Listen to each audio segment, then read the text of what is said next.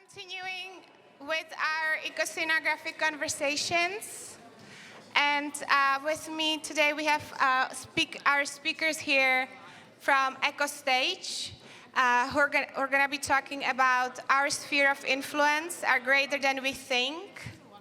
So please join me in welcoming Ecostage.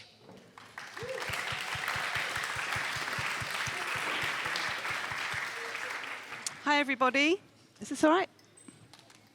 Hello. Is that right? Yes. Try this. Hello. That's better. Hi, everybody. And first of all, we'd like to welcome everyone and all parts of everyone and all styles and ways of being. This is a talk by Ecostage co-directors, Paul Burgess, Mona Castell, and myself, Andrea Carr, and our colleague, Alison Neighbour. And afterwards, there'll be a Q&A. So the panelists are all involved in personal activism in different groups and practices, each experimenting with ways to pick up their agency as changemakers. It's also important to reflect on the diverse cultures and realities, and that our perspective today is coming from the global north. The talk seeks to open up conversations on our influence as people and designers, primarily on how we can facilitate change and also address the accountability for our impacts, both individually and collectively. And one way that we've come to do this is through Ecostage. In this next slide, just wanted to show some context. Ecostage sits alongside other initiatives in the UK. And just to mention the Green Book, which was primarily formed during the lockdown period. What's interesting about this, it creates a common standard for making theatre sustainably, and it's a good example how to apply sustainable practices step by step. Also, Paul and Alison will pick up on ways that Society of British Theatre Designers is using their spheres of influence. So, Ecostage is a catalyst for individual and collective change. So what brought us together? So Ecostage has its roots in the 2015 Ecostage Pledge, co-created with Tanya Beer and Alison Malia and myself to start up conversations about sustainability at a time when this was fairly radical. Increasingly, as we know, it is evident to create work differently, and Ecostage has been re-envisioned by a new team of co-directors. We relaunched at the People's Summit for Climate Justice, CCA Glasgow in COP26. So Ecostage is rooted in ecological thinking, which emphasizes how all things are connected. And some key points in this slide relate to the topic, and I've just picked a few here. So these are some of our aims. It's to provide a positive framework offering multiple routes to change making. We want to be responsive, engaging, and relevant in our advocacy and activism. We want to remain alive to feedback, change, and growth. We want to show how working towards regenerative culture can deepen and enliven practice and make space for restoration and renewal.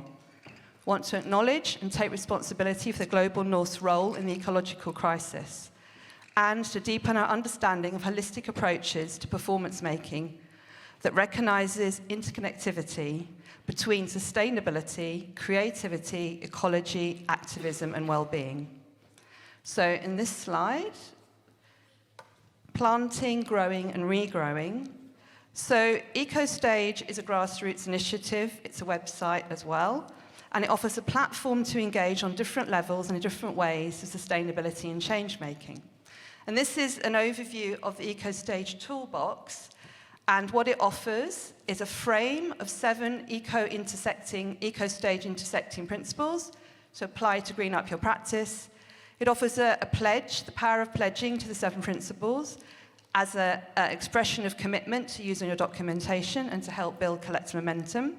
It has an Ecostage community where you can meet future collaborators and join in conversations.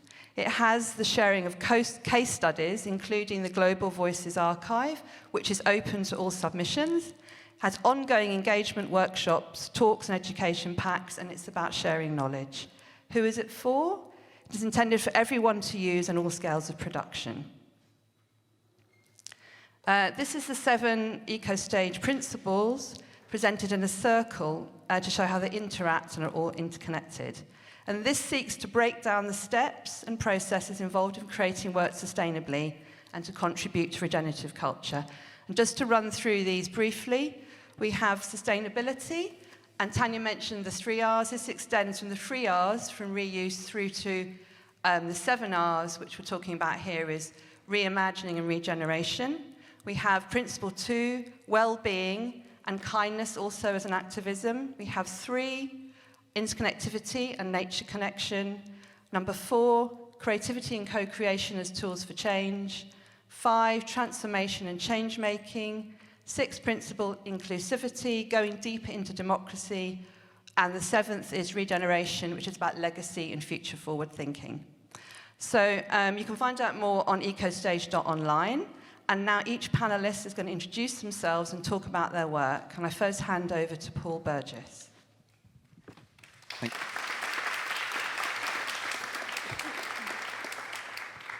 Thank you. Brilliant. So yes, my name is Paul Burgess. My pronouns are he, him. I'm a set costume projection designer, also involved in interactive digital stuff, and my practice goes into visual art a bit as well. And we're not going to go through the other stuff here because I realized it's completely covered in the examples that I'm going to talk to you about. So, Andrea mentioned the Society of British Theatre Designers. So a project, we set up a working group on sustainability, which actually partly came out, or largely came out of the Staging Places project, which was 4 years ago at PQ, the UK exhibit 4 years ago at PQ, then was at the V&A in London, and this had roundtable discussions as a core element, and one of those roundtable discussions led directly to the formation of a working group to advocate for designers, make sure we're included in conversations, do research that was necessary. We've developed carbon literacy training, which Alison's going to talk a bit more about.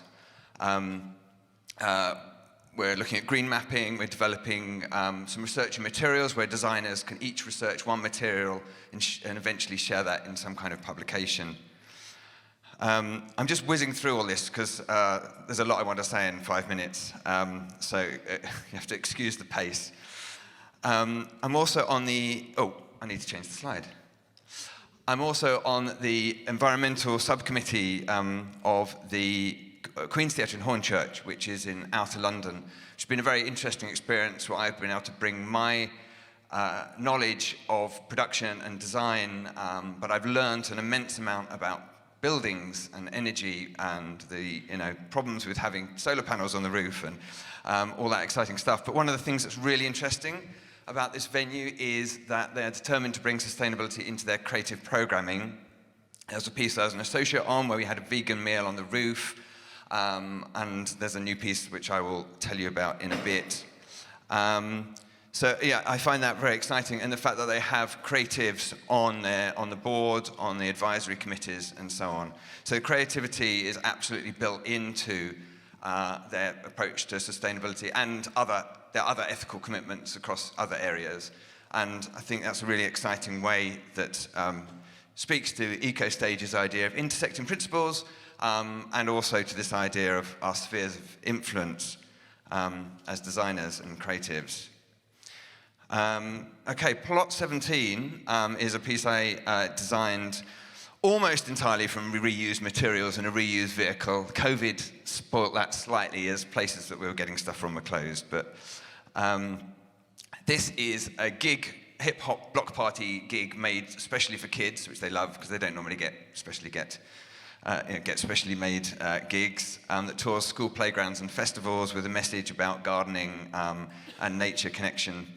And the whole thing is designed from the wristbands the kids get, the online, everything is all sort of part of one big design. It's not perfect in terms of sustainability. The van is not great in terms of its emissions, but it's a good effort. And it really reaches the kids directly, and they love it. So that's that one. This is something from quite a long time ago, but it really formed how I think, and it still has an influence. I had a 5-minute voice message just last night from a refugee activist in the UK who originally from Burundi, about some, he'd connected with a documentary filmmaker, he wanted to talk to me, and this is from a project sort of 15 years ago. It's called Place at the Table. It was made with refugees and experts, verbatim devised project, but it was design-led. A particular interest of mine is design-led devising, and the table was the dramaturgical connection for everything. And one remarkable thing about it was that we gave the audience food at the end, because you can't invite people to sit at a table and not give them food, right? So the audience all sat around the table watching this thing, and then they were given food and given permission to talk with no structure, and they all stayed, and we often had to kick them out because the theatre needed to close. So it's all about creating space for voices, which I think is kind of a large part of how I see design. And finally, the project I'm working on now, which brings this at Queen's Theatre Hall Church, that brings together their policy of bringing creativity into their, sustainability into their creative program. It's also, it's led by my own theatre company, which also did that A Place at the Table thing. And it brings my interest in sort of queer ecology into play as well. So it brings together a lot of things for me. What did I want to say about this? Yes, so it looks at nature through lenses of queer ecology and post-colonialism. I don't quite know where it's going yet, but it's what I'm working on now, and it kind of connects lots of these different things. So, yeah, I'd love to talk more about these things in the Q&A or afterwards. I'm around, so that was just a whistle-stop tour, and I'm going to hand over to my colleague Mona.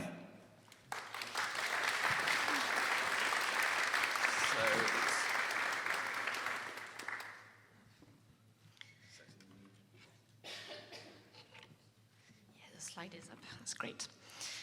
Hi, everyone. I'm an eco-scenographer, and I focus on nature connection and well-being. And both my professional practice and my personal healing brought me to develop my work and become a shamanic practitioner. So what I bring is a mix of both things, because it informs my work a lot, especially in talking with nature and for nature as well. And today I want to talk about what is sustainability without well-being. A few years ago, I opened up about my health and dealing with anxiety as a freelancer in the creative industry. Numerous projects with no regard to well-being, with low wages, tight deadlines, no financial security, led to a burnout, which I'm sure a few of you as well, unfortunately. And that really got me to rethink even more about my well-being, because this way of working is just not sustainable for us and for the planet. In true holistic sustainability, everything is connected.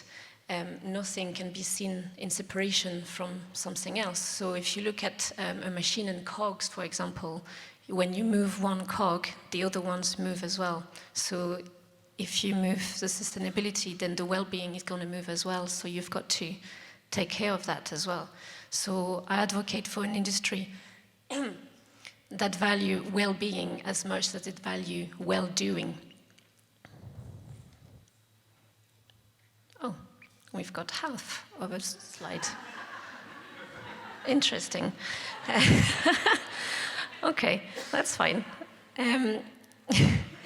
So it's a picture of a root, a little plant with roots underneath, and it's a circle going clockwise, because we talk a lot about circular things in eco-scenography. So in the same way the earth goes through cyclical seasons, we go through seasons as well. So a seed grows into a fruit, which then, if it's not eaten, it falls into the ground, compost back to the soil, and nourishes the next cycle.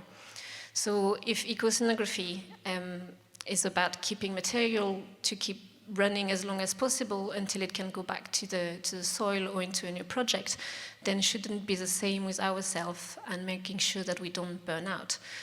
Because the root of people, like nature, is our well-being. Full slide, point. So how we function is a reflection of our world, and that's what we show on stage. We are not really loved for our work. We get messages out there to shift the mind of people who come and see our shows. And as we are advocating for a fairer, healthier, sustainable future, we have to start the way with how we work for ourselves. Often creative people are taken advantage of with expecting unpaid overtime as a given when other roles would be paid by the hours. And that becomes a personal sacrifice, which is pushing our bodies to exhaustion, which should really not be glorified for the sake of getting the work done on stage. And it's really an exploitation of our passion and love for what we like to do. And we need to be recognized for more than just that passion.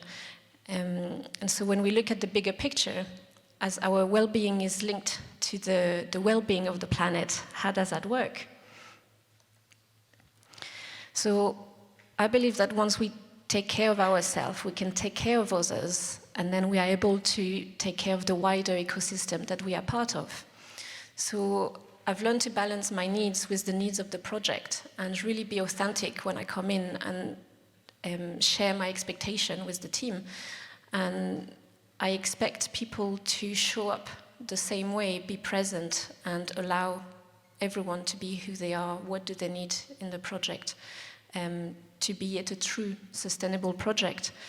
Asking for enough time for a project. I've started to refuse projects that are just too late before the premiere, because to work ecologically, I need time to be creative, I need time to process, I need time to be. And because like nature, good things take time to grow.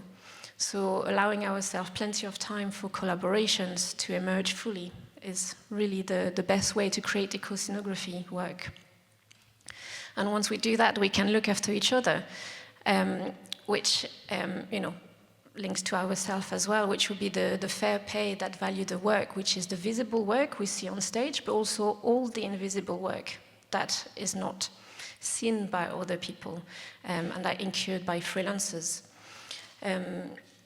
And one way to help with that would be to move money from materials budget to labor, meaning that people can actually live off their skills. And valuing the more than human world as equal to humans as well, because we all have a place on the earth. So that brings us to the planetary well-being, which is looking after planet Earth. And we really must see nature as an ally and grow a deeper relationship with nature to nurture, inspire, and teach us. There's so much out there when we start to look and understand. If we know we are not separate from the Earth, we love it like a cherished member of our family who we would do anything to protect. She will really love us in return and provide abundance. More and more countries are acknowledging nature its own personhood, which is the status of a legal person in court, which is amazing. And one way I do to reflect and honor that is write nature with a capital N, the same way as you will write someone's name with a capital letter.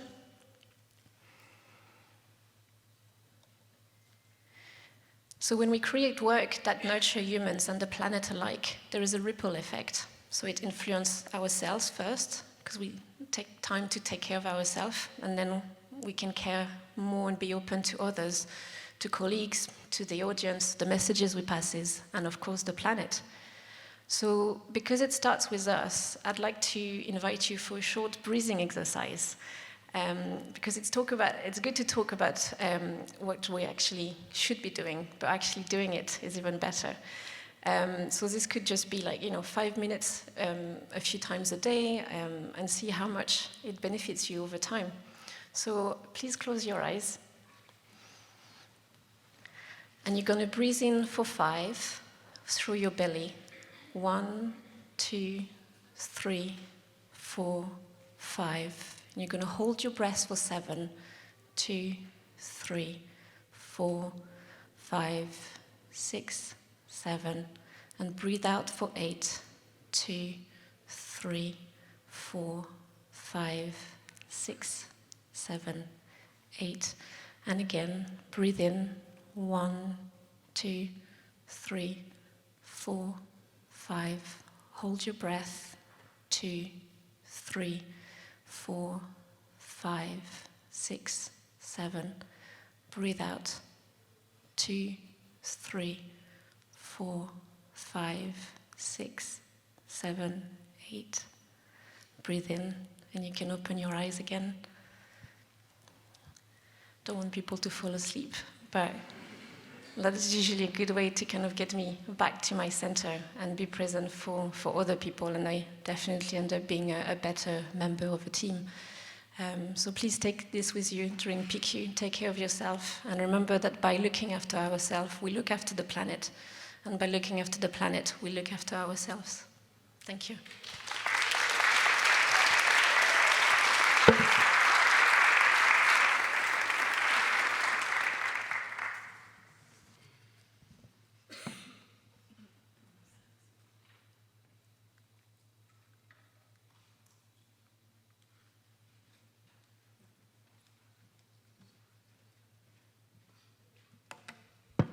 Hi everybody, so my name's Alison, and as Paul said, I'm going to talk to you a little bit about carbon literacy training for theatre designers. I'm also going to talk a little bit about a project that I've created myself along the lines of what we've all been talking about today.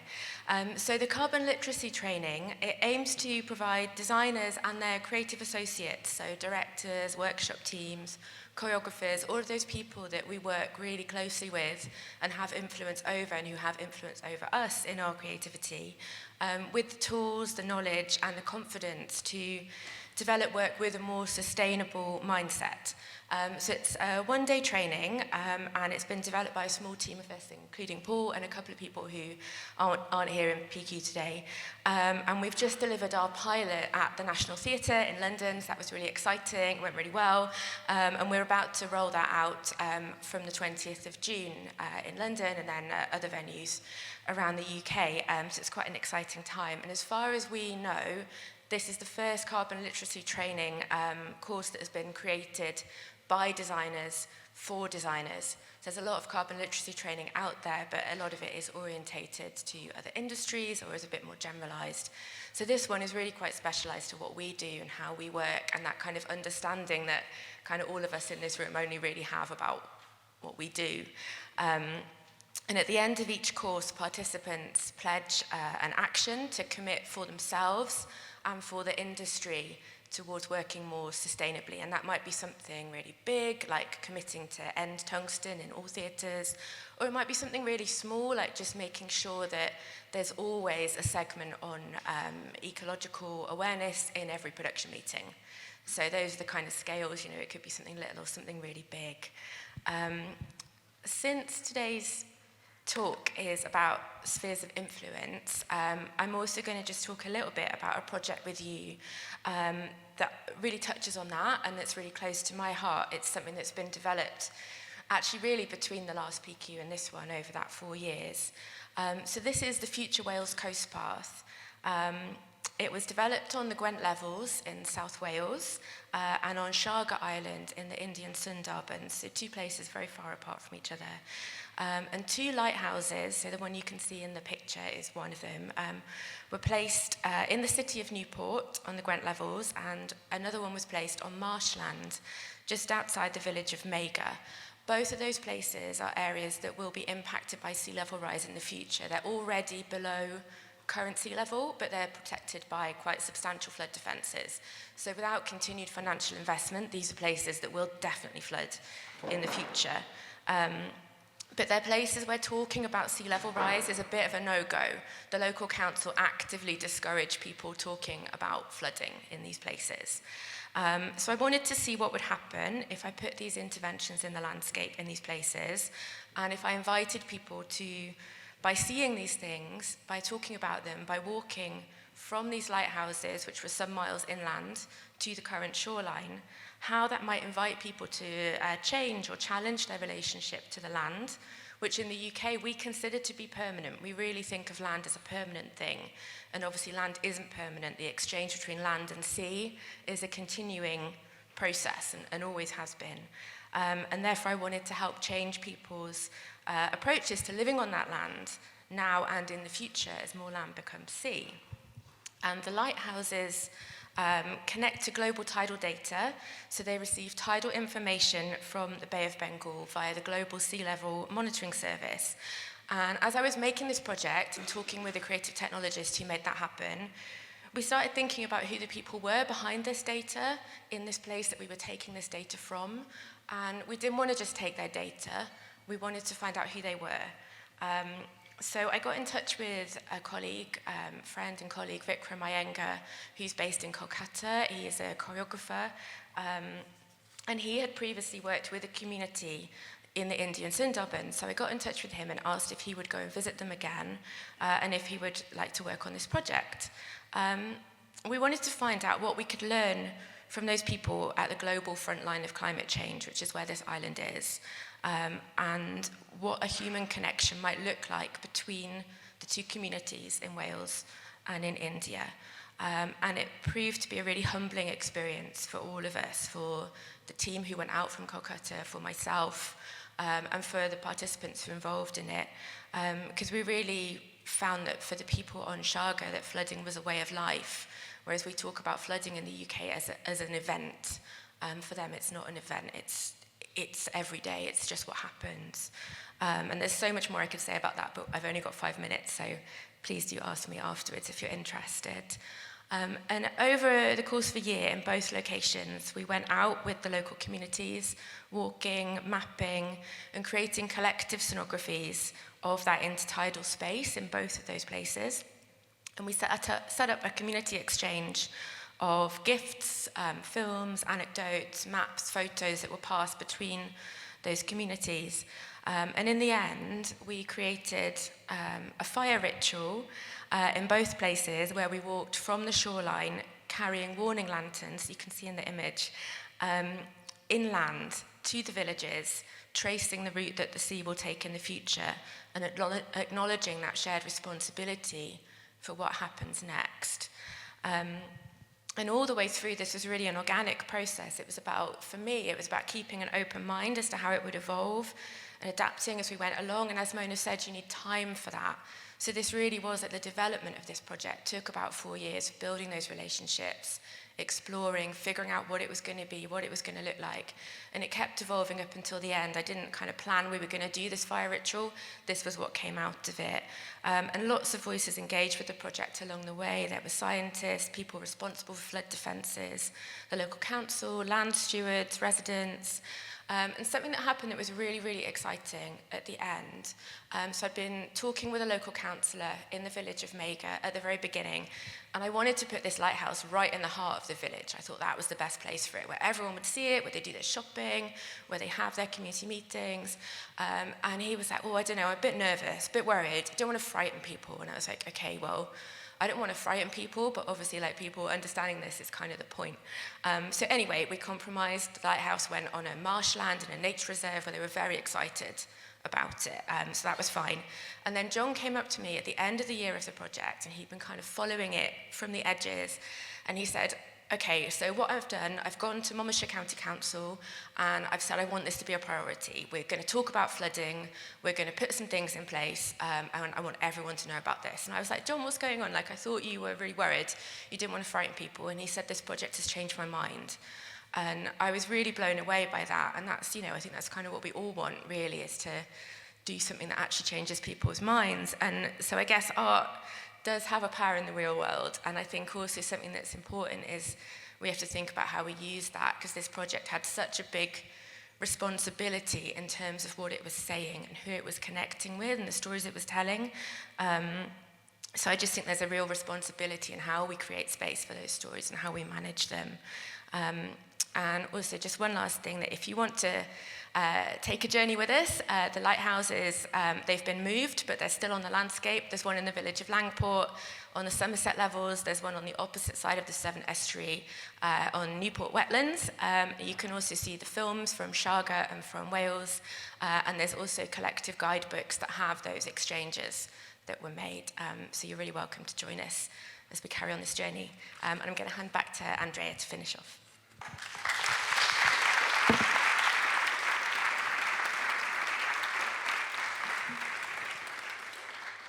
Hello. Oops. Oh, no, it's not right. Sorry, you're going to get a speedy tour backwards. Okay. So,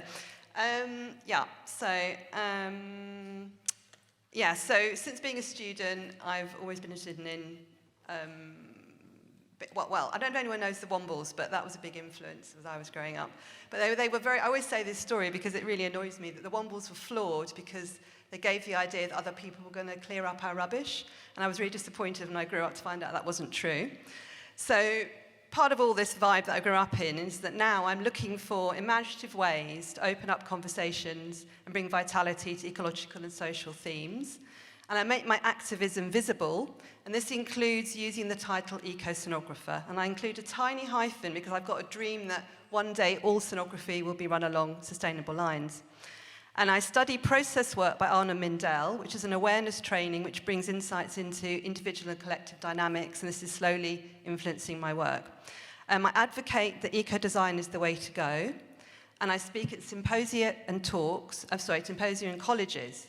My vision is that all sonography will be run along sustainable lines.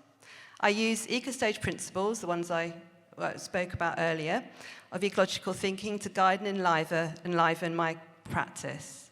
And I see climate change as my new brief.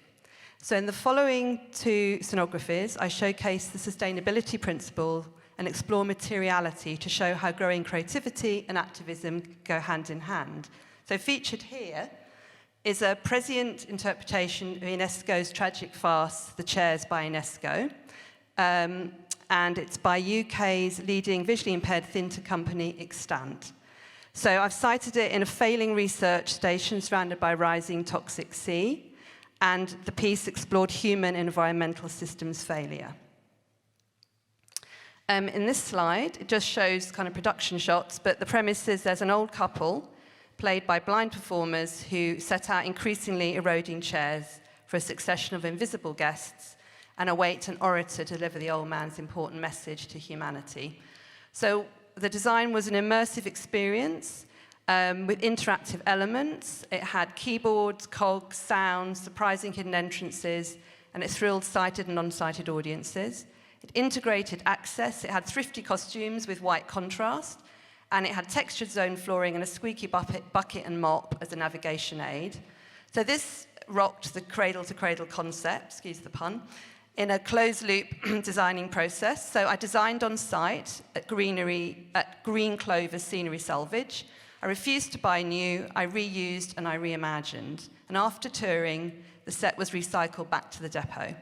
Some of the outcomes were reducing waste and convincing the company to store the set for a retour, and embracing chance along the way, which allowed myself to be surprised, and this led to producing a unique work of art.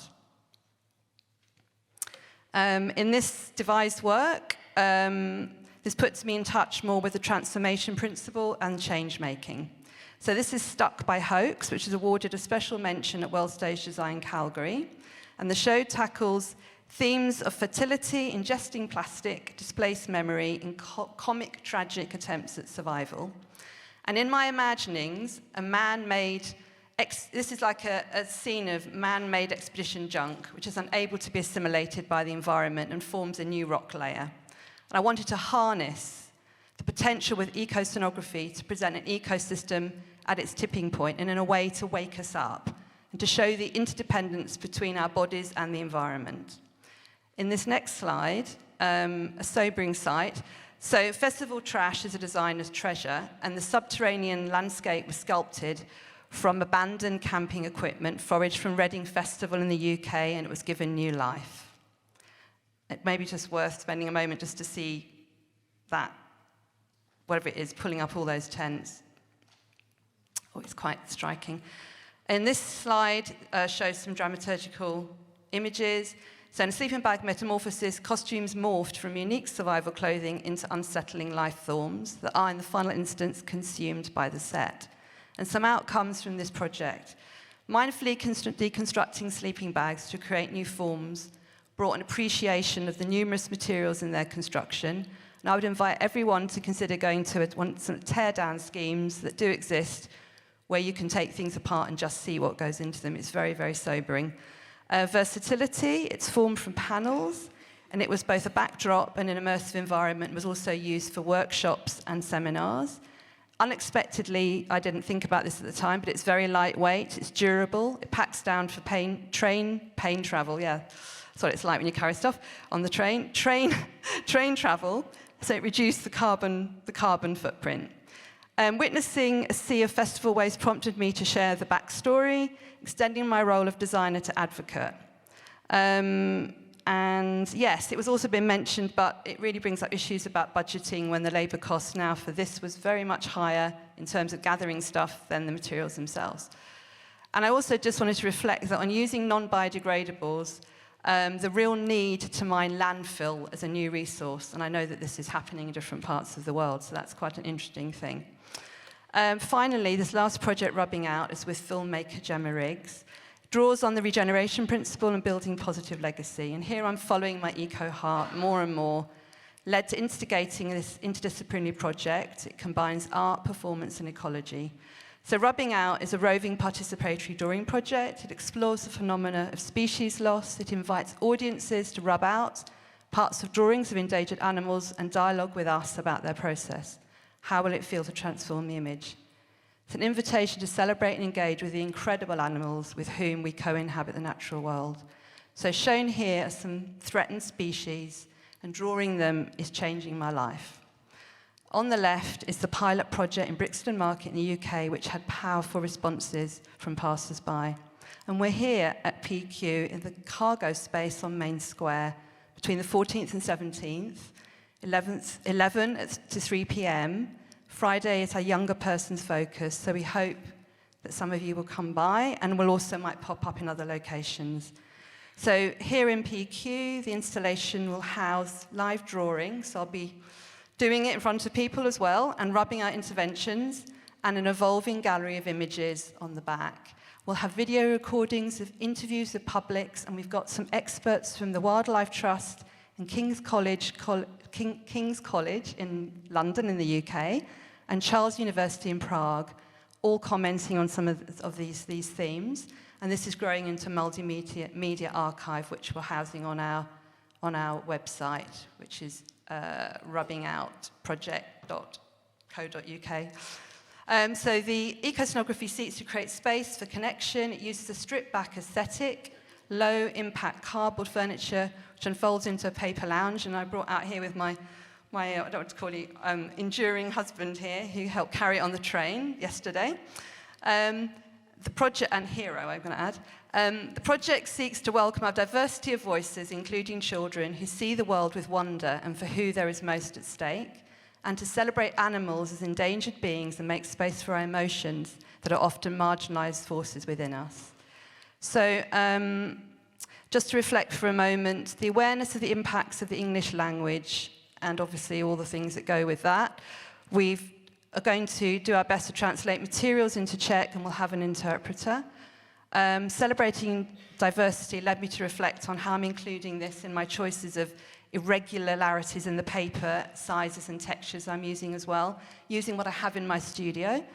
And the importance of cultivating curiosity is a huge tool for us at this time in history, so staying open to what might happen.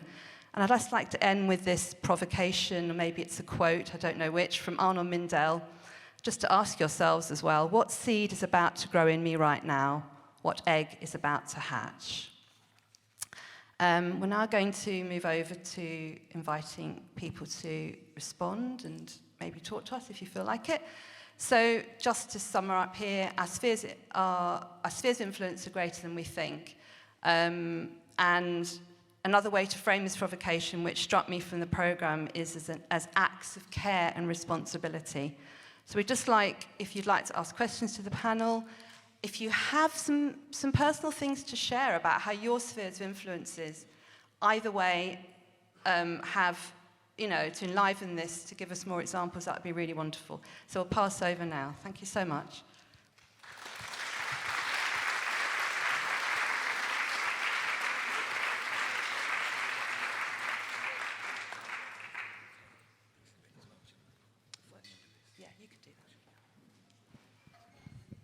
Yeah. Hello, everyone. So is there any questions? I think there's some... Hi. Oh, sorry, yes. Would you like to say a few things? Name. We have, just to frame it, we've got 18 minutes, 58 seconds left. Oh, okay. Hi, my name is Mary. I am from Florida in the United States. And so the imagery of the water level rising was very poignant and touching to me because, you know, we're probably going to be underwater in 50 or so years. But I just wanted to kind of pose a statement / question to you to you all of, is there a difference between being an artist and an activist, or is being an artist in itself being an activist? Really great question. Does anybody? Shall I? Does that? I think it depends what you choose to do with the art. That there's nothing intrinsically activist, I don't think, personally, but a lot of artists choose that, and it's about how you put that art into the world and what it says, and so I think it's very much about activating your art in that way. I'm sure colleagues have something to add. I agree with you. Oh. The thing is, as an artist, you are given a platform, so you can use it to then send messages. So if you're not an activist as an artist, why not? I would just add that, to me, it's just added a really kind of powerful... I mean, actually, I'm going to say something a bit more wide than that. Art and design over history has always been a tool for change, actually. And I just think, we're just kind of naming it and seeing it having a particular focus now because of the situation we're in globally. Anybody else? There's someone there. Thank you. Hi, I'm Margaret Mitchell. I'm from Texas. And 23 years ago, I did a production with some New Zealand colleagues, and the production resulted in the preservation of a 21-acre forest in the middle of the city of San Antonio. And I wanted to say that what I didn't know at the time was that we were doing activism, in ecological activism, but it took 20 years of commitment to get the forest preserved. So sometimes you start these things and you realize you've got to be in for the long haul. It's not just the production is over and you recycle the production. Really beautiful. And there's something about sharing backstories. So if anybody here has got more backstories about their shows or anything to share, it'd be really a great opportunity to hear more.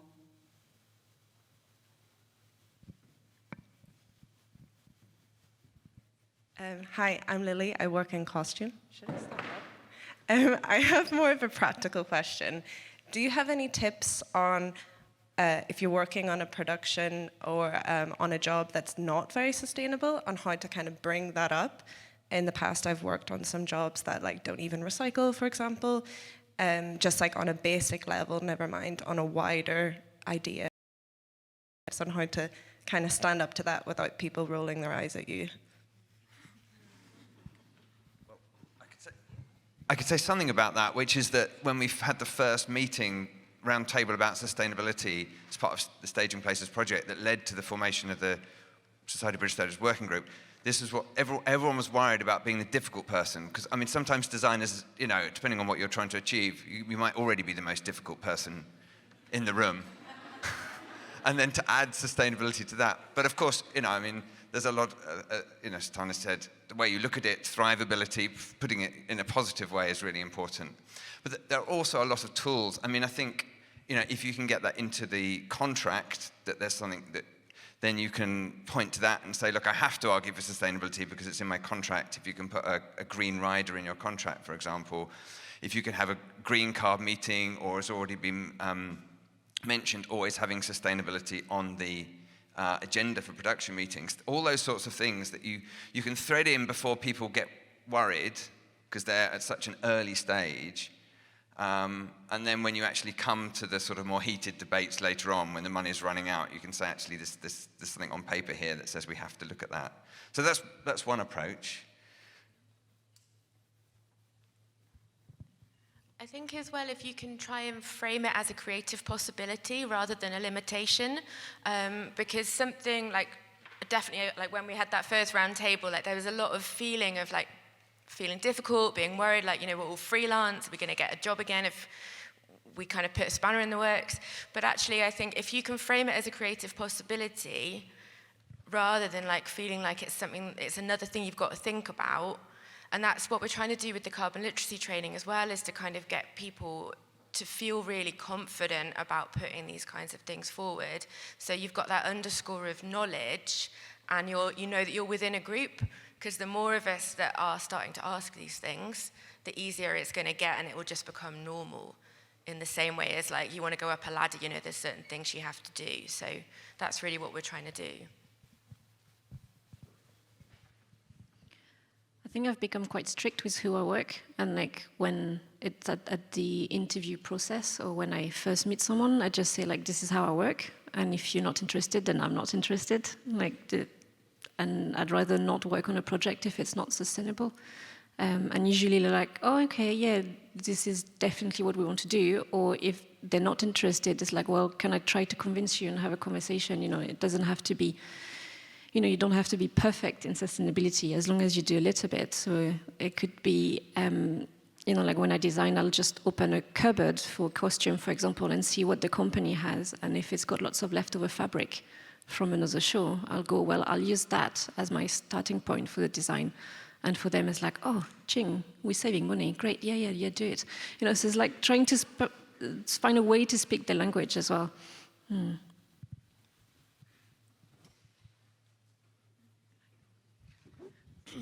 any other?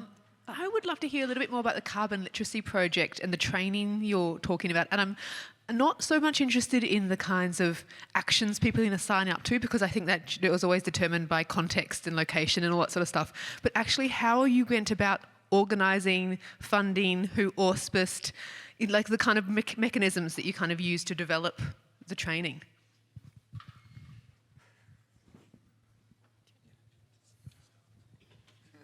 Okay, so is that one on? Yeah, that's on.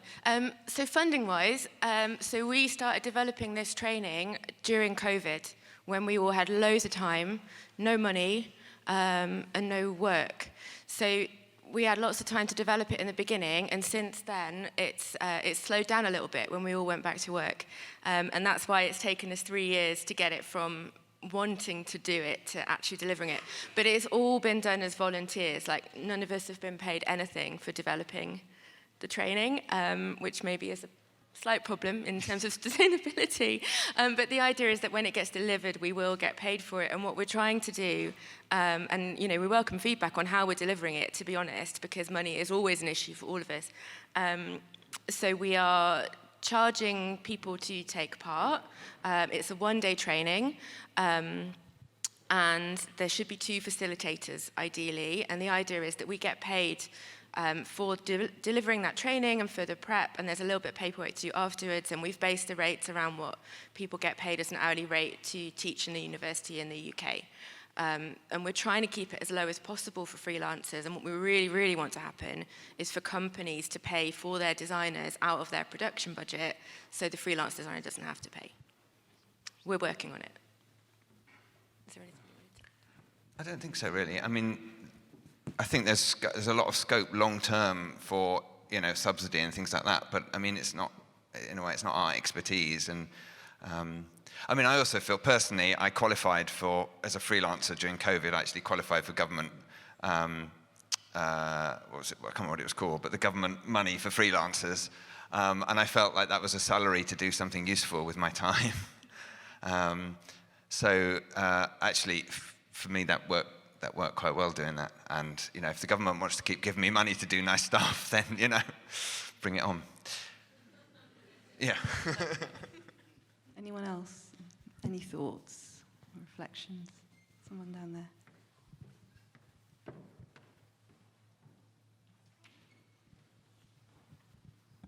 Hi, I'm Anna. I'm from Prague. I'm local. I was really, I just like the thing that you've said about like well-being, sustainability, and as well like money that we should put more into people than into material.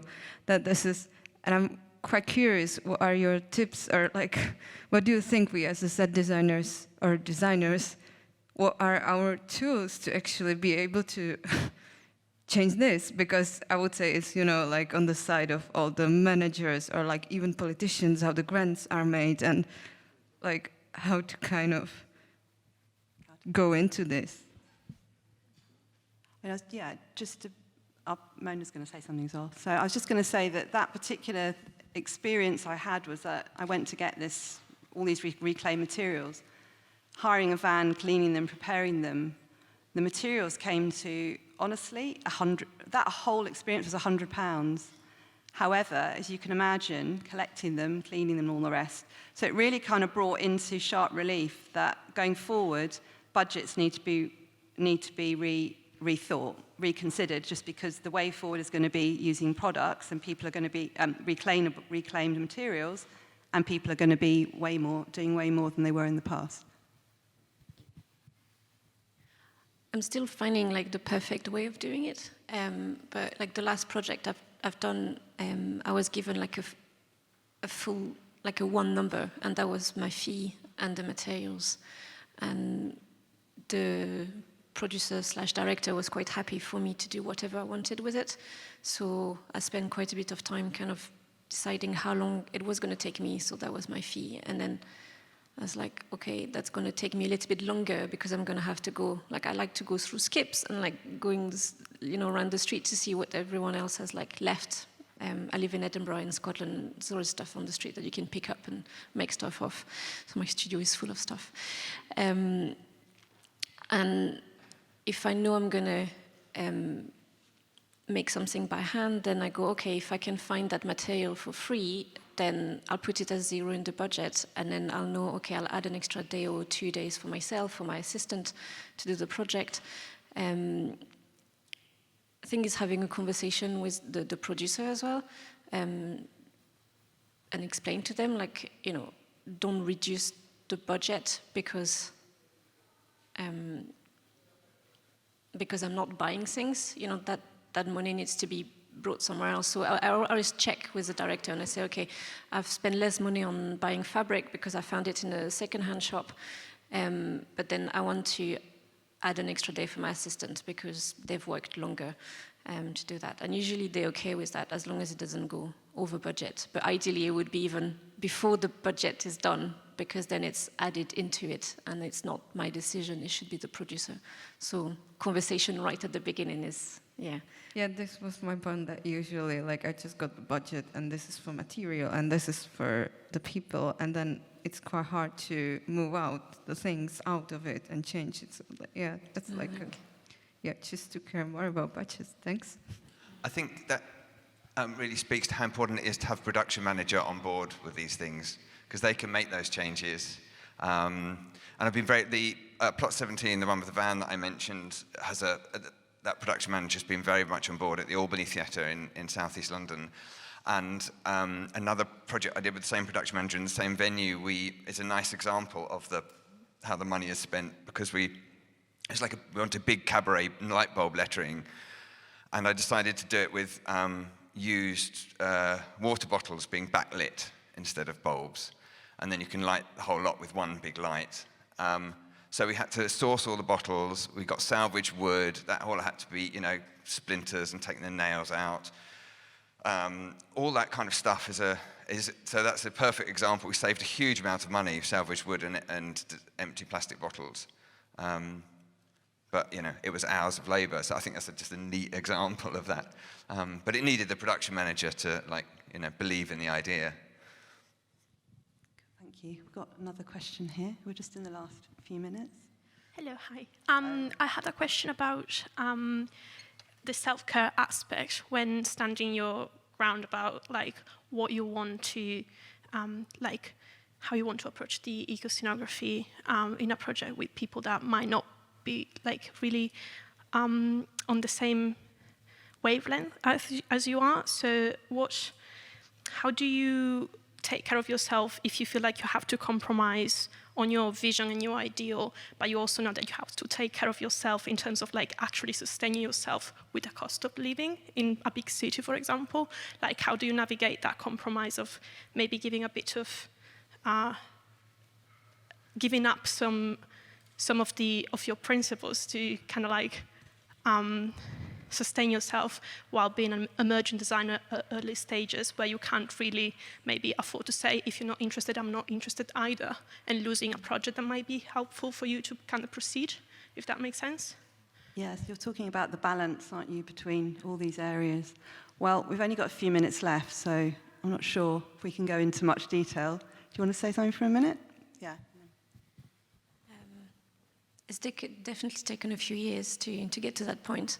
I think at the beginning, when I first started after uni, I didn't even tell people I was working ecologically. I don't think I realized I was doing that at the beginning, but I would always like shop in charity shops. And I do a lot of like wardrobe supervisor jobs as well in between, because then they tend to be like better in terms of pay for my time, instead of like designer when I always end up working twice the amount of time for what I'm being paid for. And like the designer, I remember, wanted me to go to the high street to buy clothing, and I had a conversation with her. It's like, we don't have the budget. You know, I shop in charity shop, and I'll find exactly what you're looking for. It'll just be cheaper. It'll take longer for my time, but at least I know that what I'm giving you is sustainable and not something that's been made, you know, in India in a factory, not taking care of people, because it's not just my own well-being. It's other people's well-being as well. But that might be the one checkpoint on the project, you know, and everything else is not. But at least I know I've kind of planted a seed in each project. Yeah, and about like not having your vision, it's like, I guess that's part of being a designer. It's like the opportunity of like, how can you have your vision and still be sustainable? So when you do your drawings or your research, you know, you have that at the back of your head. And sorry, I'm going to have to cut in because we have asked to stop. So we can talk very after, briefly, we're just going to thank you all. Paul's just got a short announcement. We just hope that we've shown how you can take small steps, longer leaps, whilst retaining the bigger vision. And Paul's just got a short announcement to end. Thank you so much. Yes, so Sunday afternoon on the UK professional exhibit, we're kind of doing a bit of a takeover. So Ecostage and members of the SBTD Sustainability Working Group, should be able to pronounce that word by now. We'll be doing various things, a bit of talking, some activities, all sorts of things. We don't even know yet ourselves what all of them will be, but it'll be a great chance to continue this conversation. So if you want to talk more, come to the UK exhibit from 2 onwards on Sunday, 2 to 6 on Sunday. Brilliant, thank you.